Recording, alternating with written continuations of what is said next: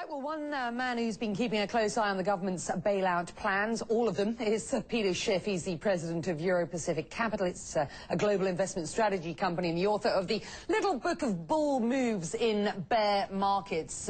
Ought to be a good read these days. He joins me now live. Let's talk about Citigroup, given that we've just been hearing from Alan on that. You know, they make the decision about bailing Citigroup out. They say it's too important to fail. They don't say that about Lehman. They're considering what they're doing with the auto companies at the moment. They haven't made a decision about that. What do you think of these decisions at this point? Well, the only good decision they made was letting Lehman Brothers fail. And somehow they think that's the source of our problems. What about all the companies that they did bail out? You know, we're in this mess for a reason. It's because of government spending, because of too much debt. And these bailouts simply, you know, we're accumulating more debt. And the government is broke. You got Barack now talking about $700 billion a stimulus plan, maybe $1 trillion. We don't have any money. You know, we need the world to lend us this money. We need the Chinese, we need the Japanese to lend us money that we can't pay back. Because you know what we're going to do with the money? We're going to spend it. And then when it's gone, we're going to be begging for more. Yeah, let's talk about this stimulus package, because it's big and it's getting bigger by the day. Barack Obama's put this group of, or his economy group together, as it were, and we're beginning to learn the names of those. Are they the right men and women for the job at this point?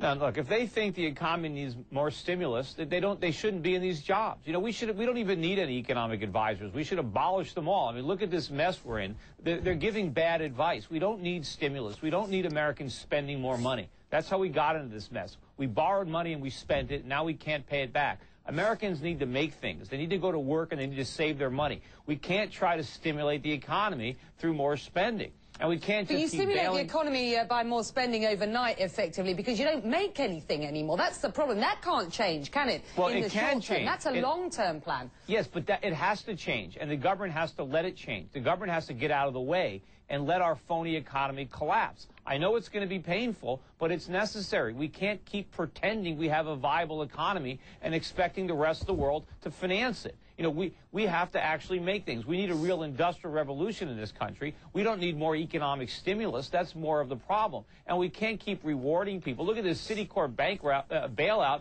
I mean, look how much money these executives at these companies make. How can we let these guys pay themselves millions of dollars when the companies are broke? They're not going to make any money over there for years. So the government's going to keep giving them more and more money so they can lavish it out on the executives. And, you know, now we're probably going to have to bail out General Motors because we bailed out Citi. You know, General Motors needs to fail. But, you know, now we've got to support the overpaid union workers in Detroit because we're supporting the overpaid bankers in New York. You'd have let Citibank fail, would you, today? Of course. I'd have let AIG fail. I'd have let Bear. There'd be a lot of firms that would be failing if the government had stepped out of the way. But capitalism isn't about propping up failed companies. We need to let them fail. There's reason that these companies are going broke. We don't want to prop them up. Now, of course, behind it all is the Federal Reserve. If the Federal Reserve had never intervened in the market back in 2001 and 2002, had they not poured all this alcohol, then Wall Street wouldn't have got drunk.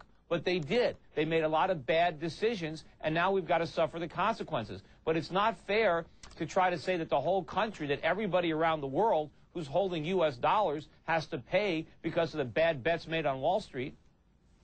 All right. So, given what you're saying, you say government get out of the way, let the invisible hand of the free markets work this out. You'd be staring down the barrel of awfully difficult time for a very long time for many, many Americans at this point.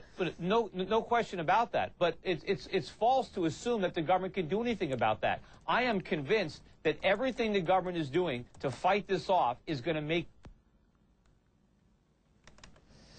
And I'm afraid we've lost our guest there. I'm sorry about that, technical problems, but we heard his thoughts, interesting ones. Peter Schiff there, the president of Euro-Pacific Capital. These things happen, right? Well, news of Citigroup.